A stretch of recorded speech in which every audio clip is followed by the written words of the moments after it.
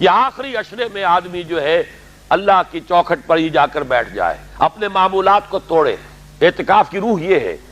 کہ یہ جو ہمارے معمولات ہوتے ہیں، روٹین، یہ بھی غفلت پیدا کر دیتے ہیں۔ ایک عادت بن گئی، صبح اٹھتے یہ کرنا، پھر یہ کرنا، پھر دفتر جانا، پھر آنا، پھر یہ، اس کے اندر پھر وہ آدمی کوئی جاگتا ہی نہیں، ہوش میں آتا ہی نہیں۔ وہ گویا کہ ایک مدہوش سا ہے اور ایک وہ اپنا سائیکل چل رہا ہے خود بخود۔ اس سائیکل کو توڑو، جیسے 5 دفعہ وہ سائیکل توڑتے ہو نماز کے لیے۔ آؤ یہاں، آؤ آؤ سجدے میں گریں، لوح جبیں تازہ کریں، یاد کرو اللہ کو دوبارہ، اپنا عہد استوار کرو دوبارہ، ایاک نعبد و ایاک نستعین۔ اسی طرح سال میں ذرا یہ 9-10 دن بھی ایک دفعہ توڑو اپنے روٹین کو، جاؤ وہاں ڈیرا لگا لو مسجد کے اندر اللہ کے در پر، سوائے جو ناگزیر حوائج انسانیاں ہیں، پیشاب وغیرہ کے لیے جانا ہے باہر، جاؤ وضو کرو پھر آ کے بیٹھ جاؤ۔ محض فرحت حاصل کرنے کے لیے نہانے کی اجازت بھی نہیں ہے۔ غسل واجب ہو گیا ہو تو نہاؤ، ورنہ پھر یہ کہ ہیلے بتاتے ہیں ہمارے علماء کہ وضو کی نیت سے جاؤ غسل کر کے آ جاؤ، اس لیے کہ معلوم ہے کہ آج آدمی کی جو عادت بن گئی ہوئی ہے روزانہ نہ نہائیں تو طبیعت پہ کسل رہتا ہے، لیکن اسی کو تو توڑنا ہے، اسی روٹین کو تو توڑنا ہے۔ اصل میں اجازت نہیں ہے، اصلاً اجازت نہیں ہے۔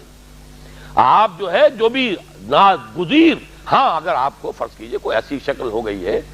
رات کو آخر سوئے تو ہے، سونے میں بدخوابی ہو گئی ہے، نہانا ہے تو جاؤ نہاؤ، ٹھیک ہے، غسل واجب ہے نہاؤ، اور یہ کہ پیشاب کی بہانے کی حاجت ہے جاؤ پوری کرو، وضو کرو، واپس آ جاؤ، چاہے یہاں سو، یہاں ذکر کرو، یاد کرو، جو کرو کرو یہاں پہ، لیکن اور اس میں بھی خاموشی۔ وہاں ہمارے ہاں آج کل اس کے اندر بھی بڑے لمبے لمبے چوڑے پروگرام شروع کر دیتے ہیں، لوگ بیٹھے ہیں گپ بازی کر رہے ہیں۔ میں نے سنا یہاں پر اعتکاف میں تاش کھیلے جاتے ہیں۔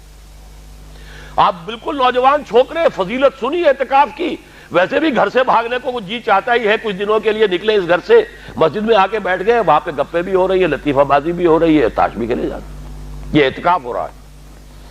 یہ اتنی ہلکی شے نہیں ہے اعتکاف،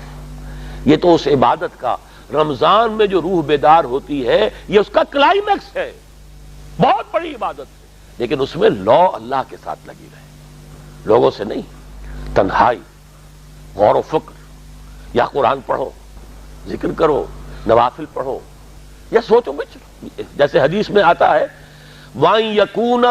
نُطْقِي ذِكْرًا وَنَظَرِي عِبْرَةً وَسَمْتِي فِكْرًا،